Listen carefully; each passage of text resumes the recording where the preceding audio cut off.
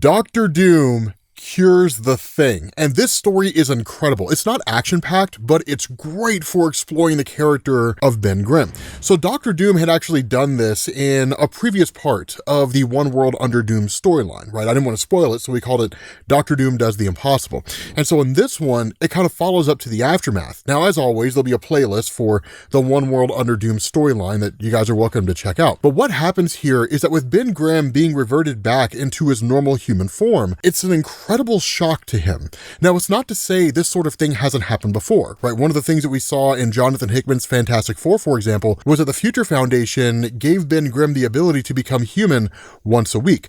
But that's a controlled scenario, and it's one that he's prepared for, and it kind of allows a bit of a balance. In this instance, suddenly his whole defining attribute has been stripped away. When he gets back home, the first person he comes in contact with is Alicia, right? Of course, there's also Johnny Storm, who's like, hey man, you can borrow some of my shirts. But one of the cool things about this is that Johnny Storm isn't really busting his balls. He's not giving him a hard time. And the reason has nothing to do with Johnny Storm growing up.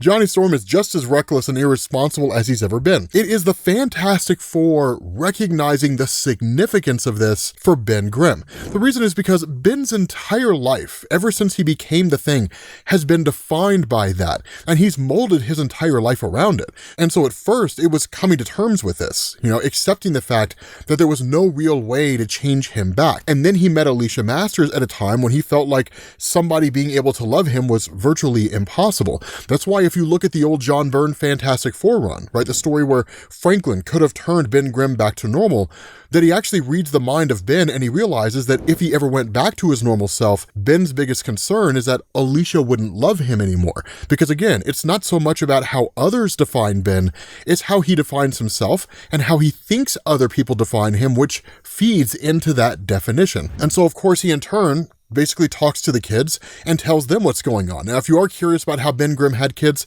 that'll be in the playlist as well. But it's kind of filling everybody in on the fact that Ben is just a normal, average guy. And one of the interesting things here, right, one of the most important lessons that he always taught his children is that no matter what you look like, you're fine the way you are. And it's kind of a weird scenario, right, where he's telling the kids what's going on, that he feels horrible, and the questions asked are not all bodies as good as every other body, just as you've told us before, right? Everybody's equal. But it's one of these scenarios where it's different when it's you, right? That it's one of those philosophies where you tell that to other people, mostly because you want other people to feel good about who they are. But again, suddenly you lose your entire self-definition. It's very difficult to walk that statement back and to say, well, you don't understand nuance, right? That the reality is that Ben is just as capable and interesting and intelligent as he ever was before. He just lacks his super strength and his indestructibility, for the most part, that came with his rocky form. Not only that, everywhere he goes, people look at him funny. They're used to Ben Grimm, the Thing, right? The Fantastic Four in the Marvel Universe are almost celebrities, right? They've transcended your archetypical superhero role. That's why whenever you look at stories, you don't see them fighting traditional villains anymore, right? The Fantastic Four are an exploratory team, right? They've done their dirt. They've done the grind of fighting the villain of the week, Mole Man and Dr. Doom and so on and so forth. And so when you're on that level, when you have that kind of status, and suddenly your whole life shifts, you don't know how to process it, and people don't know how to process it. Even the tabloids are running away with this, right? The ever-loving blue-eyed nothing, Ben Grimm cured by Doom. Fantastic Four's heart and soul and muscle loses it all. Now, of course, this is also the tabloids, and people who write that kind of stuff, it's hard to take them seriously. But the fact is, for him, it hits on a very personal level. Despite how unrealistic that stuff is, and it's designed to be shocking, it still hurts. And in fact, Ben starts to fall into a state of depression. And that's when Alicia comes in, right? Doing her part as best she can as his partner, right? She's like, nope, you've napped plenty. You cannot spend the whole day wallowing in here. It's time for some fun. And initially he's like, I just kind of want to sit and be miserable, but she drags him out of it. She's like, not a chance, right? We're going on a date. We're teleporting to New York. We're taking in some stand-up, eating some incredible pizza, and drinking some incredible beer. And it's going to be great. Of course, as we know, Chicago has better pizza than New York, but still, it's a great date night for the two of them to experience. She says everybody else has a Diablo emergency. They'll be a little while. And he's like, well, I mean, what about the kids? We got to stay here for the kids. And she's like, nope, right? They're going to stay at the neighbors, which means when we do come back from our date tonight, we're going to have the whole house to ourselves. She's like, you and me, all by our lonesome in an isolated country house. Why, Ben? Whatever will we do? And it's a fantastic moment because she snaps him out of this kind of funk that he's in. And even if only for a moment, provides him with a sense of normalcy, this feeling that the world didn't come to an end, that everything will be okay. It's kind of a finicky thing when it comes to the idea of loss. For all the intelligence that we as human beings have, our brain is kind of stupid, right? The brain does not differentiate between the loss of a loved one, a breakup, or the loss of your powers if you're somebody like Ben Grimm. The feeling of loss is the unifying factor. It's the same chemicals dumped in the same order that triggers the same response. And so being able to understand that and then being able to be empathetic and snap him out of it is phenomenal. And so of course, as they're walking along, he's like, life is pretty great. That whole thing, tonight was pretty great, right? This was phenomenal. And she's like, when we get back to Arizona, you're getting in your PJs. And then she tells him, what he's going to do to her. Now, of course, it's a little too difficult for us to see. So reading between the lines, she clearly tells him, right? She's going to let him wear her out so bad, she's going to get her eyesight back. So nonetheless, they're suddenly met by a bank robber. And this is one of the things that's so intriguing, but also sad about the story at the same time, because Ben reacts instinctively. For years and years and years, right? He's been the thing, right? Somebody runs up on him with a gun and Alicia's in danger. He just reaches out and grabs it. And it's a hard lesson to learn. And in fact, we're told that Ben Grimm reacts on instinct, doing what he's done 1,000 times before. He puts himself between innocence and danger. He neutralizes the threat. He's operating so much on muscle memory, on habit, that for just a moment, he forgets he's not the man he used to be. For a moment, he forgets his body cannot crush steel. It will not stop a bullet. And only when it's too late does he realize his body hurts, it bleeds, it can die, and it will not protect her. And that's really the core at all of this. That even if Ben is able to get past the tabloids, right, the junk journalists and so on and so forth, even if he's able to get past all the people who look at him funny, even if he's able to get past the fact that he's not the superhero he used to be, and he can't fight the Hulk to a standstill and so on and so forth, the one thing that he cannot do that matters the most is protect Alicia. Now, here's the other part of this. Reed Richards is terrible at this kind of stuff. It's one of the things that always created a rift between himself and Susan, that when it comes down to it, being able to empathize and being able to stop focusing on science, he's always kind of struggled with it. His character's gotten better over the years, but in times like these, it becomes apparent it's still a thing he wrestles with. That as he's talking to Reed, he says, I'm not doing so hot, bud, right? And Reed's like, oh, I disagree, old friend. The surgeons did incredible work, and you were very lucky the bullets hit where they did. And he's like, I tried to help Alicia and ended up in the hospital. How am I supposed to protect her or the kids? He's like, I'm just not strong enough. And the response of Reed, again, kind of detached here. I must disagree. Your body is still recovering. And he says, but it's not just the body, Reed. I can't do it. Right? I thought I could. And Alicia, bless her, she's doing all she can to cheer me up, but it ain't working. And I can't tell her that. And you can't tell her that either. I'm not the man that I'm supposed to be anymore, that I need to be. Now, of course, Reed doesn't know how to respond to this, but this is a very personal thing, right? Call it old school, call it toxic, however it is that you choose to look at it. The reality is that Ben Grimm defines himself by the ability to protect the woman in his life. And there's merit to that argument, right? Of what use is a family man that can't protect his own family? And so for Ben Grimm, he's struggling with this. A guy tried to rob them and take her purse. Ben Grimm went to protect her and he got shot through the hand and shot a couple times for his troubles. He can't protect her. He cannot keep her safe. Not the way he used to. So what happens if someone just runs up on them and does not announce their presence? They don't just say, give me your purse, right? Instead, they open fire and Alicia's killed. That's what he has to contend with now. And again, while they show up, right, Alicia and Susan and Johnny, and they've got cheeseburgers, which sound fantastic right now, that Ben Grimm plays his part, right? He's like, oh, sweet pea, you shouldn't have, and kind of letting everybody feel like there's nothing wrong, that he's coping as best he can, and that he's feeling better, now that he's recovering in the hospital and so on and so forth. stuff. But when everybody leaves the room and he's in there by himself, the depression kind of comes over him. The doctor peeks their head in, I hope you're ready for your 9 a.m. discharge tomorrow. Oh yeah, I'm ready, everything's gonna be cool. But again, this feeling of being miserable, this feeling of being less than. And so once he leaves, he ends up, grabbing a taxi cab, and the guy's like, where are you headed to? And he's like, we're heading to the ferry station for Rikers Island. And the guy's like, are you going to the raft? And he's like, I am, right? I just gotta make a stop along the way.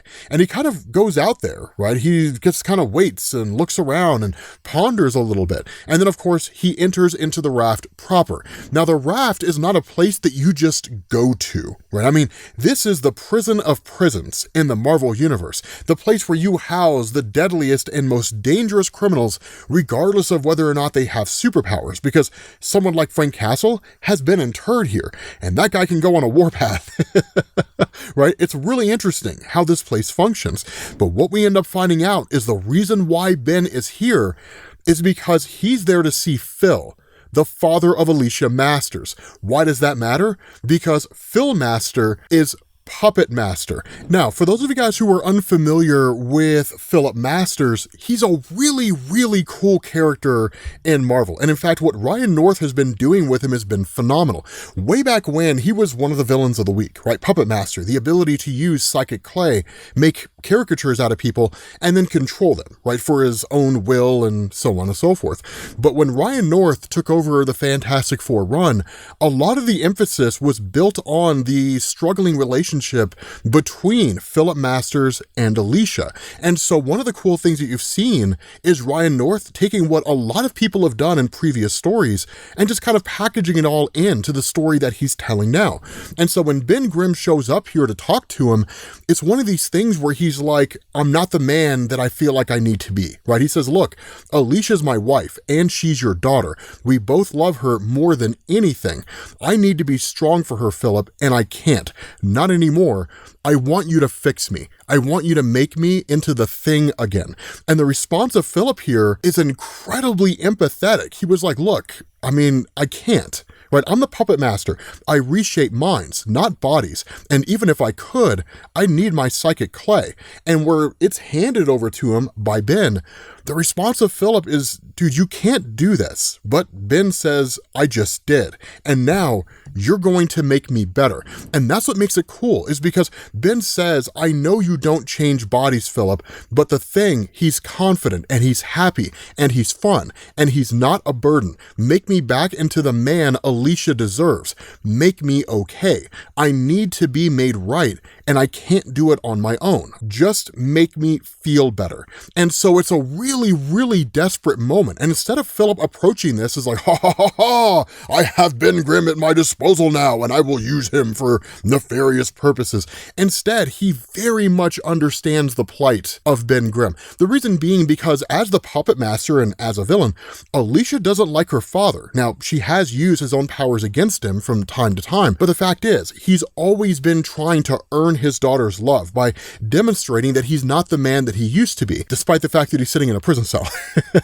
But it's one of these things where he understands what it means to feel the need of somebody else's affection and to feel like you've potentially lost it. Now, again, this is all in Ben's mind. Alicia doesn't love him any less because he doesn't have his rocky form, but for Ben, it feels real. Here's the problem. Ben went over his wife's head to her father for a pretty nefarious purpose, and she kind of figures it out, at least initially, but not fully, because the whole time that Ben Grimm's here, he's just smiling, right? Smiling at everybody. He's like, yeah, man, and everybody's like, wow, Ben, you're really doing great. And Alicia's just like, Ben, we need to have a conversation. Can I speak to you? Because the hospital said that there was some kind of a form that you didn't sign. And he kind of figures out pretty fast, she knows what's going on. And initially when she shows up to Philip, she actually thinks it's his manipulation, right? She actually takes it out on him. Her first thought is, you're skirting yourself back into our lives. You're messing with my husband. Stop doing this. You need to fix it. But the response of Philip is, I didn't do anything. I mean, I did, but I did it because your husband asked me to. And that's the crazy thing, is because there's this moment where he sort of tears into her, right? You know, she was like, I want my husband back, not this smiling fool who's fine with everything. And he's like, oh, that's rich coming from you. He's like, are you forgetting how you controlled me with my own clay to make sure that I'd give Ben my blessing for your wedding? And she didn't realize that he knew about that, right? And he's like, that's the most crushing thing. I would have given it anyway. Like, of course I would have supported you marrying Ben Grimm. He's an upstanding man. And he says, but you're right, Allie. Of course, you're right here. My whole life, everything I've touched, I've destroyed. You don't get to be the good guy when your power is to control other people's minds. I know my powers are toxic. They've cost me everything. They cost me my relationships, my freedom, and my soul. But more than any of that, they cost me my daughter. And she even says, and they cost that daughter her sight, because that's true. But even he says, I know, but when I saw that you were going down my path, thinking the only way forward was to do what I had done, I'm sorry, Alicia. I know it means nothing. I know it changes nothing, but I am sorry. I was your father and you deserved so much better. But he then tells her the truth of what's going on. He's like, I want you to know that I'm done making the same mistakes. And I want you to know that I'm not controlling your husband. He brought the clay to me. All I did was mold an image of him, a blank slate, and then I gave it to Ben and told him he could do whatever he wanted with it. I gave him control over himself. I let Ben decide who he wanted to be. And that's the most crushing thing here, is because Alicia is forced to face this realization that Ben Grimm putting the fake smile on all the time, that it's a choice that he made. He did it to himself. And in a lot of ways, this is kind of how depression works, right? That when you're alone inside your place, you're sad and you're miserable. But when you go out into the world, you put your happy suit on and you put your smiley face on, and the world's none the wiser to the fact that you're screaming on the inside. And so it's one of these things where Ben Grimm and the way he's depicted here is very much the face of depression. And so it's one of these things where Alicia's just kind of like, why would you do this? Right? And the response of Ben is heartbreaking. He's like, I don't want to go back. I don't want to go back to the person that I was before. I don't want to go back to the guy who's sad all the time and the guy who's sad because he can't protect you. And she's like, this isn't the way. And he's like, why can't it be? I'm fine now. I'm good all the time. I can be there for you and the kids. I'm fine with all of this. I'm the man I need to be. I'm never sad anymore, right? Everybody smiles and everybody's happy and the kids are happy and you're smiling and you're happy. And she's like, you need to heal. Right? This clay, it's a shortcut, right? And he's like, but I don't need to heal anymore. I'm strong again. And that's where Alicia tells him, I never loved you for your strength. I loved you for you. Me and Nikki and Joe and Reed and Sue and Val and Franklin, even Johnny, like we all love you for the person that you are. And you are taking that man away from us, because allowing us to be a part of your life means allowing us to see you at your best, but also at your worst. And if you only let us see the best parts of you, we never get to actually see you. So let us see that part of you and let us help you through what it is that you're experiencing here. And Ben just kind of breaks down. Right? Like he just totally breaks down, right? Because Alicia tells him, like, that man that you think is broken, that you think is sad, that's the man that I love. And he deserves real happiness. And there are no shortcuts for that. And so Ben just kind of loses, right, the illusion and just collapses in Alicia's arms, right? It's just like this incredibly emotional comic. I don't think there's ever been a Ben Grimm story as awesome as this one. I love it. The character development was fantastic here. But with that being said, guys, we're going to bring this to an end. Let me know what you guys think down in the comments section. I kind of have a feeling you guys are going to love this comic. But thank you all for watching, and I will catch you all later. Peace.